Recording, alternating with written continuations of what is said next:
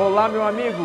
Seja mais uma vez bem-vindo ao nosso estudo da Bíblia por meio do nosso guia Como Interpretar as Escrituras.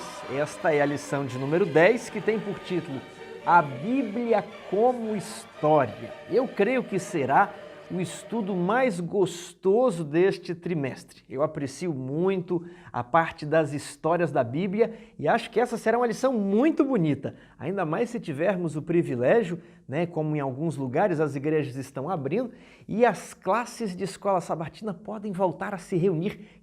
Que tema maravilhoso para compartilhar com a classe, a Bíblia como História. Eu gostaria de ler aqui o livro Educação, página 146, para fins educativos.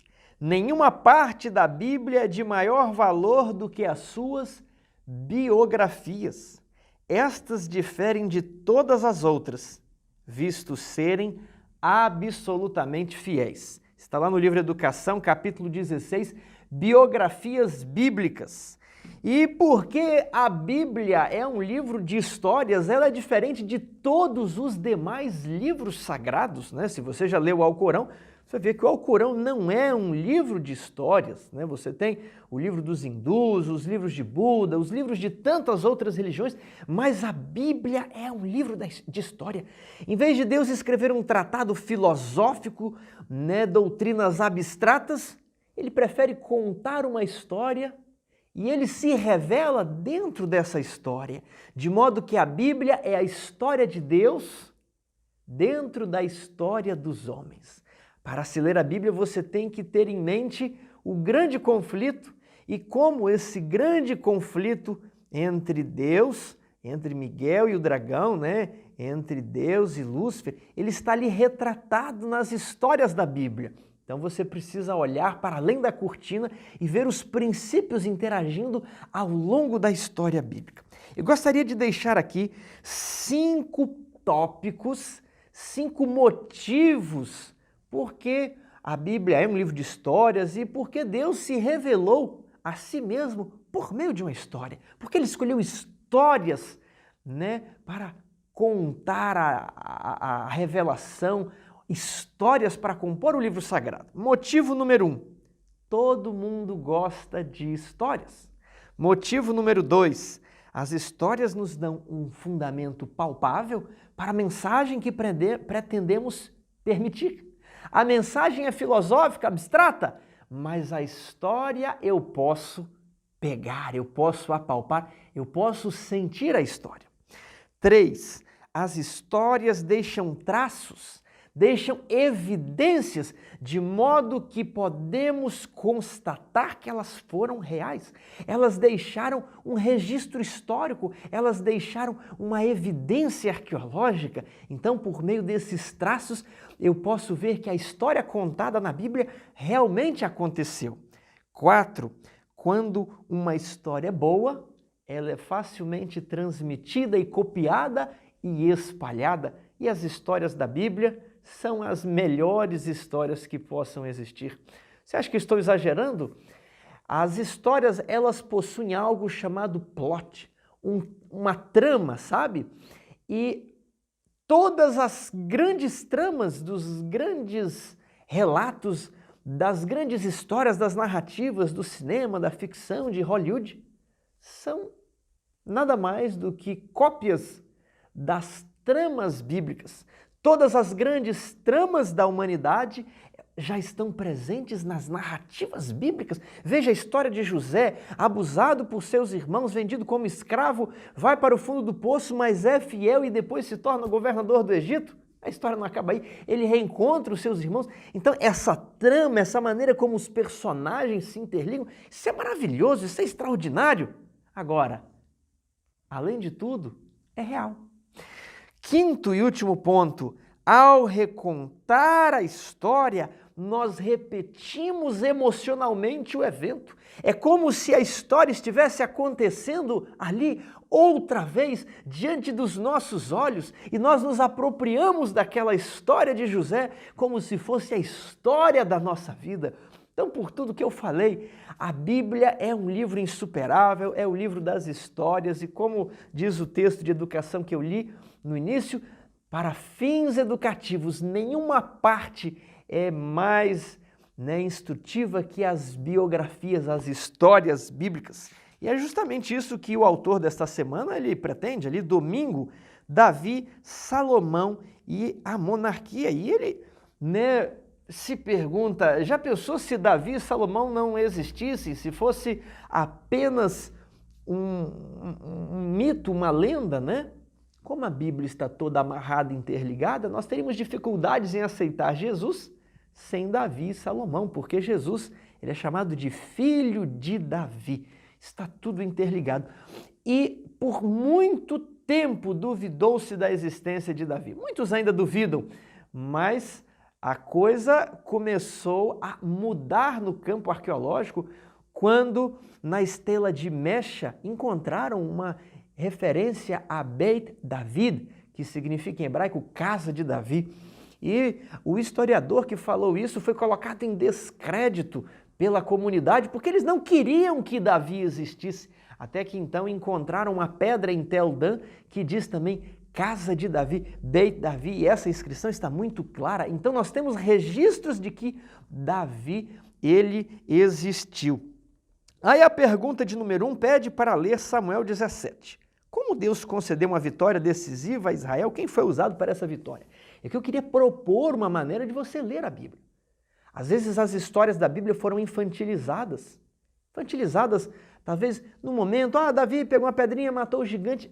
Mas não é isso, a coisa é muito maior, muito mais profunda. Então nós precisamos ler e fazer análise psicológica dos personagens. Nós precisamos indagar por quê, como que deveria ser, por que foi assim. Por exemplo, se os 3 irmãos mais velhos de Davi estavam na guerra, por que Jessé mandou Davi, o mais novo, e não os irmãos do meio levar a comida? E depois Davi chega lá, pede para guardar as bagagens e vai ver o gigante que estava ali, ofendendo o Deus de Israel, ofendendo. E ele fala assim, olha, não precisam ter medo não, podem resolver o problema, eu vou dar conta desse gigante. E aí os irmãos encontram Davi e falam assim, o que você está fazendo aqui? Quem você deixou em conta de quem você deixou aquelas poucas ovelhas que você cuida? Os irmãos quiseram humilhar Davi, por quê? Aí você começa a perguntar por quê. Será que havia algum problema, alguma distinção entre aqueles irmãos e Davi? Porque Davi, que estava sempre fora de casa, e Jessé passou apenas os outros filhos diante de Samuel. Será que eles estavam com ciúmes que Davi foi ungido rei e eles não? Então tudo isso aqui você vai compreendendo que ajuda na trama. Depois, quem era mais indicado para enfrentar Saul? Aliás, mais indicado para enfrentar Golias, já dei a resposta, Saul. A Bíblia diz que Saul era o mais alto entre os israelitas. Os ombros dele estavam acima da altura de todos os homens da época. Agora, Saul era covarde. E Saul ficou esperando, fez promessas para ver se alguém do povo ia lá e enfrentava o gigante. E aparece Davi, Davi fala, olha, acabou o problema, eu vou enfrentar. E perguntaram, mas que experiência você tem? E aí Davi, em vez de contar uma experiência militar, conta uma experiência do seu trabalho rural agrícola. Olha, apareceu um urso, eu matei, apareceu um leão, eu matei. E aí, por mais absurdo que você possa pensar, mas o que tem a ver matar leão com matar gigante? Tem a ver o elemento fé. O elemento de que Davi não tinha condições de enfrentar um leão ou um urso, mas a fé se apossava dele e ele tinha vitórias. E ele fala, o mesmo Deus que me deu a vitória sobre o leão e o urso vai me dar sobre o gigante. Então aqui é a história da fé versus a covardia, a pureza de Davi versus a malignidade de Saul. E Davi toma 5 pedrinhas. Alguns dizem que havia mais outros 4 gigantes em Gate. Isso está lá em 2 Samuel 17, Davi depois ele mata os 4 outros gigantes, mas ele toma 5 pedrinhas, porque na mente dele era assim, basta um tiro, é uma pedrinha. E ele derruba o gigante. Imagina, Davi podia ser perfurado. Você teria coragem de entrar no ringue com o homem até a morte? Não, Deus vai me proteger. Mas Davi tinha essa certeza. Então, essa análise nós precisamos fazê-la ao ler o texto bíblico. Depois ele entra lá na sala de Saul, sabe com o quê? Ele entra com a cabeça, ele pega os cabelos assim do gigante, ele cortou a cabeça e falou, tá aqui, rei. Ok? Então, Tem gente que não tem coragem de matar uma galinha e realmente não devemos matar. Mas eu estou querendo dizer que para os atos nobres da vida é preciso ter coragem. E essa história nós temos tudo isso. Aí temos segunda-feira, Isaías, Ezequias e Senaqueribe.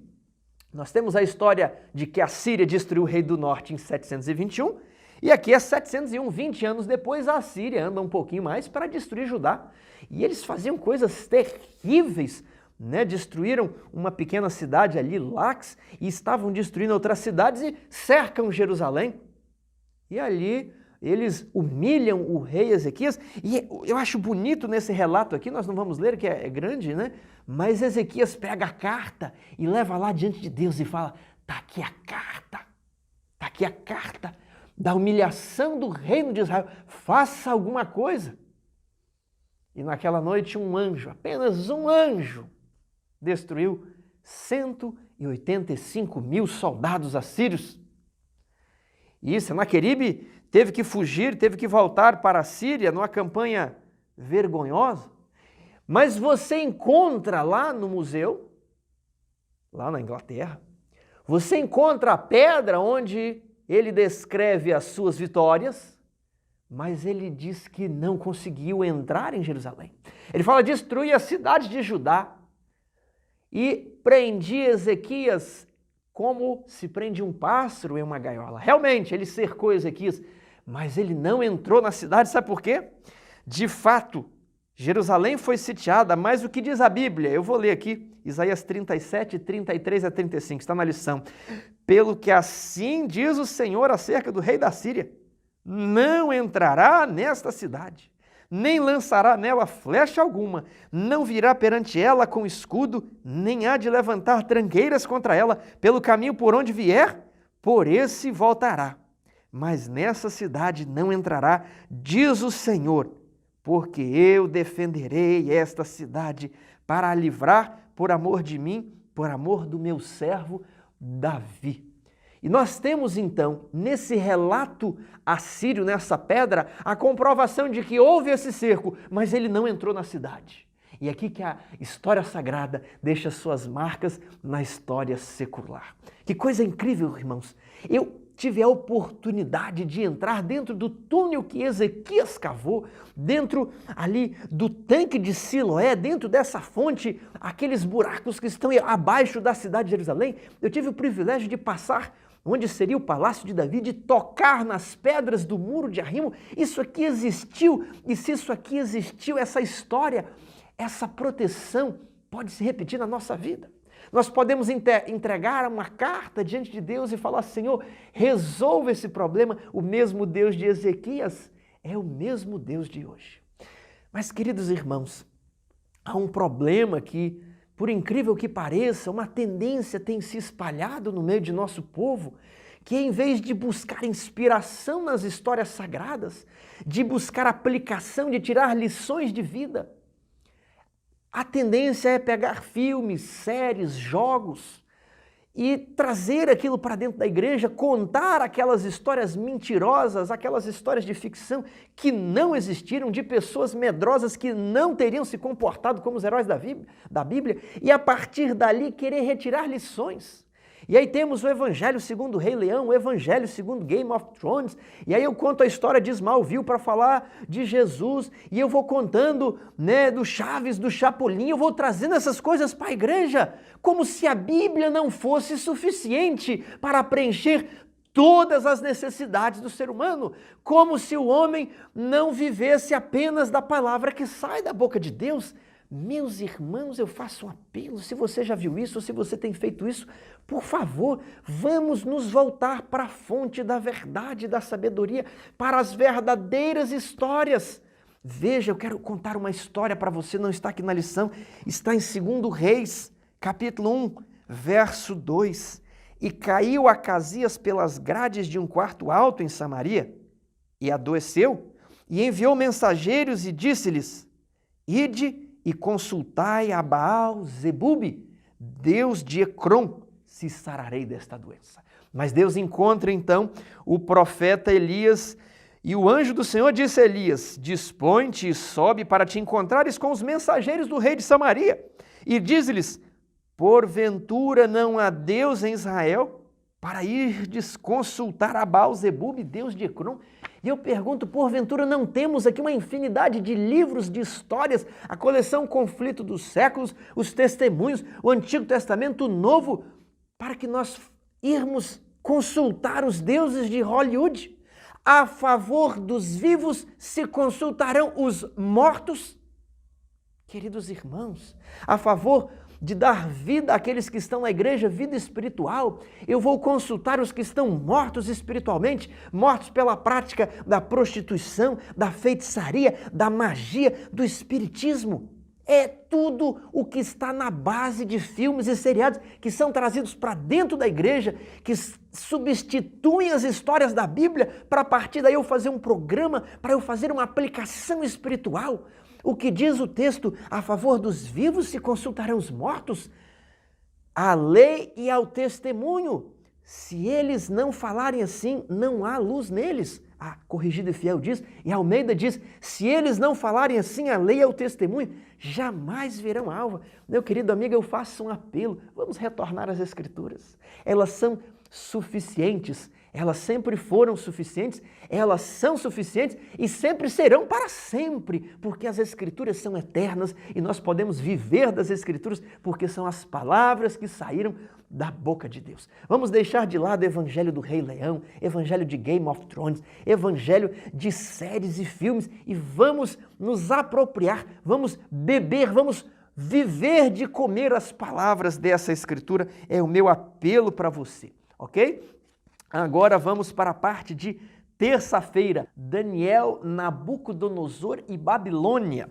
Pergunta 3 nos pede para ler os 5 primeiros capítulos de Daniel e avaliar como as decisões de Daniel correspondem às ações de Deus em usá-lo como seu servo e profeta para influenciar milhões de pessoas ao longo da história.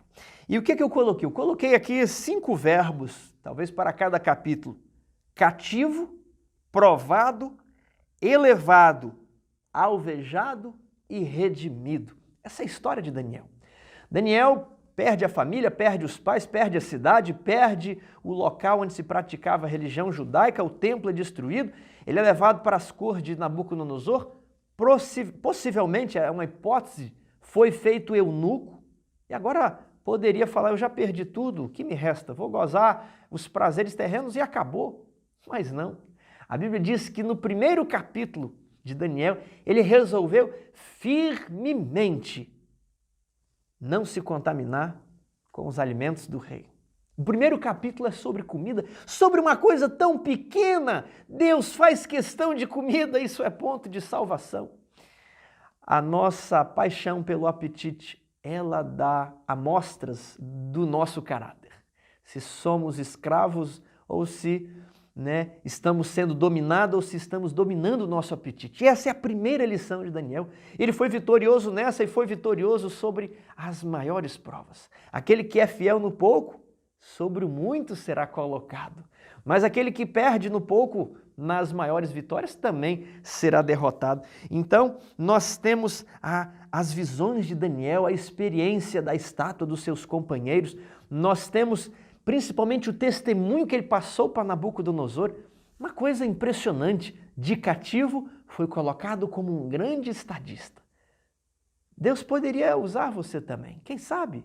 Não é você a pessoa certa no local certo que Deus utilizará para influenciar um governante, para influenciar um monarca, alguém de poder, alguém de riqueza?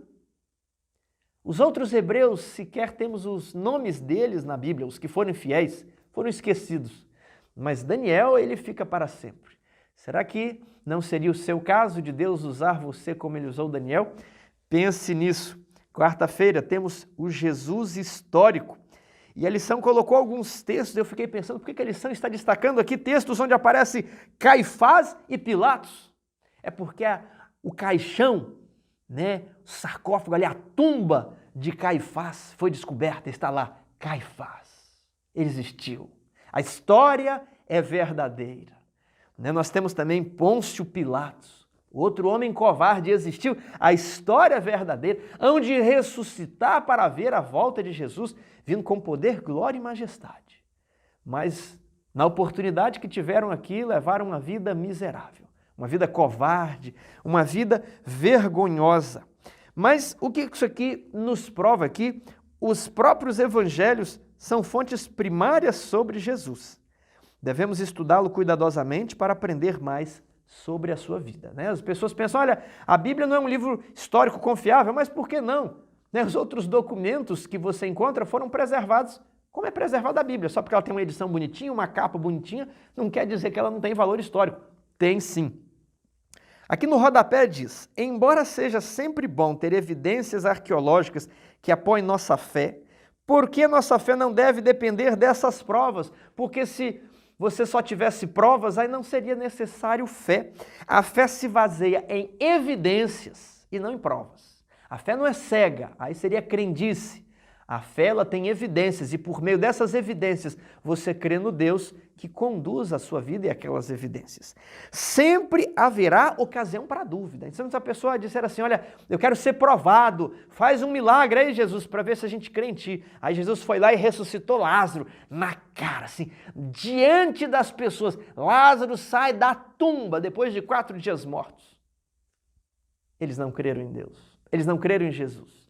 E ainda fizeram planos para matar Lázaro e Jesus. Então, sempre haverá ocasião para dúvida. Ah, mas se eu tivesse... Você pode dar provas à vontade para a pessoa.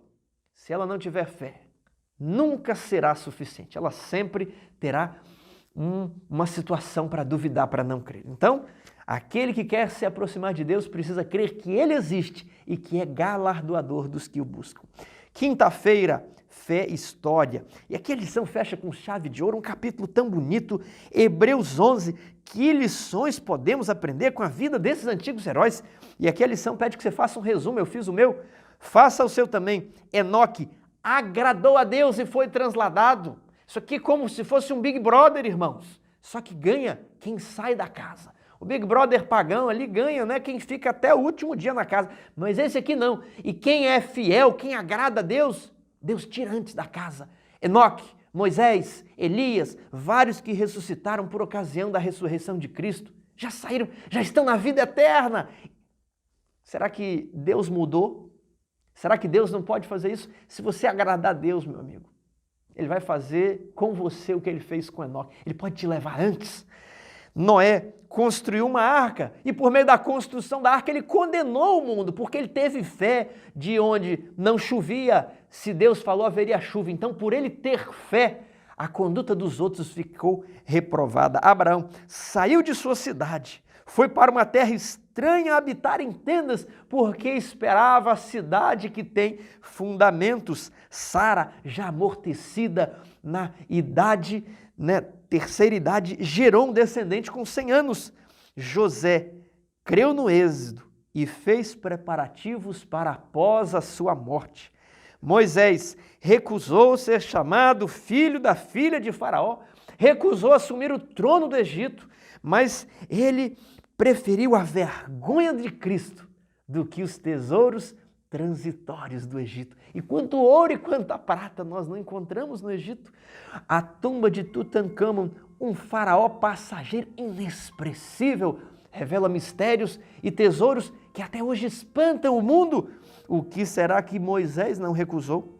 Raabe foi hospitaleira e salvou ela e a sua família. Sansão, apesar de cego, enxergou pelos olhos da fé e subjugou o reino dos filisteus. Nós vemos aqui uma fé ativa que contrasta com a fé passiva que falsamente é ensinada. Crê em Jesus e você está salvo.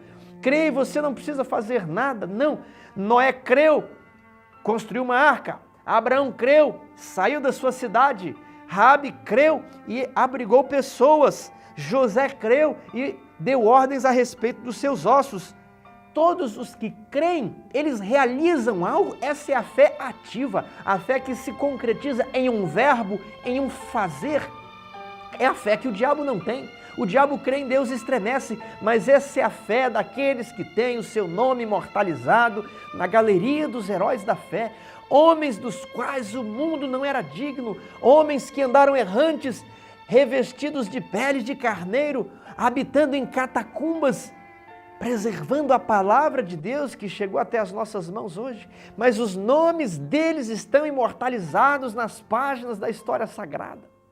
Querido amigo, será que o seu nome não pode entrar nessa galeria? Ah, Tiago, eu tenho tão pouca fé, eu sou tão pecador. Meu querido irmão, Jesus não vai condenar ninguém por ter pecado. As pessoas não serão condenadas por seus pecados, mas por haverem rejeitado a luz, por não terem manifestado fé.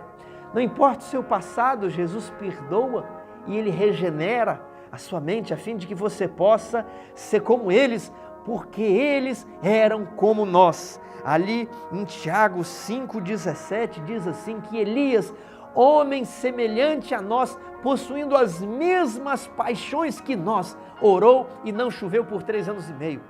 E tornou a orar e a chuva voltou, e a relva cresceu e os campos floresceram. Homem semelhante a nós, possuindo as mesmas paixões que nós. Se eles eram como nós, se eles eram como você, você pode ser como eles se você se apropriar da fé.